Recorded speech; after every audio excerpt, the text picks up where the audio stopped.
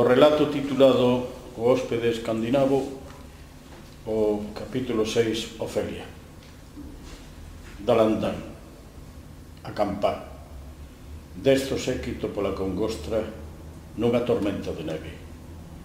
Alguén espía desde a torre. Quixo saber Laertes se era o príncipe aquel bulto que asexaba tras as uces. Gritou o nome do infame que lle roubara a Irma.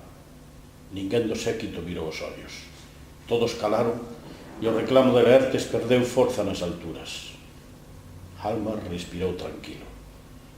O príncipe xa non é deste mundo, pensaría. Ou senón, non había faltar o enterramento da súa prenda. A comitiva case non avanza. A neve cega os pasos camiño do cemiterio onde van enterrar Ofelia.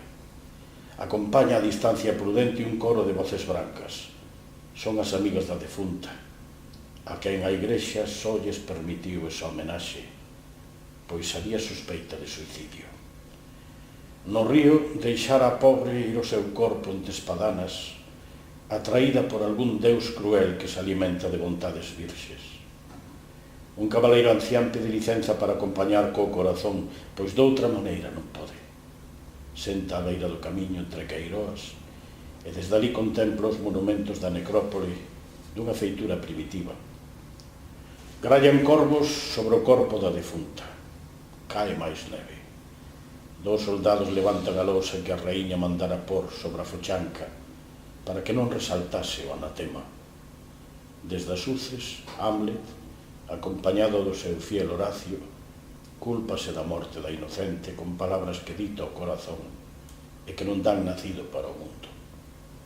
E non é só que precisase dela para as súas réplicas, para un convento. Para un convento, Ofelia, mais porque era sincera cando dicía que ela tamén o amaba. Dalandán. Pousan o corpo no furado, botanlle terra por enriba. Gerda chora en silencio. Halmar di unhas palabras de compromiso. Laertes, quieto e frío como a neve dos caborcos, reta a Hamlet desde a torre provocando a fuxida dunha bandada de corvos.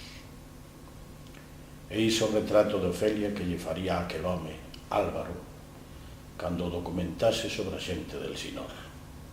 Aquela era a verdadeira Ofelia, non a que representaba un travestido nun teatro á beira do Támesis. A verdadeira Ofelia era, e será por sempre, unha pobre rapariga morta.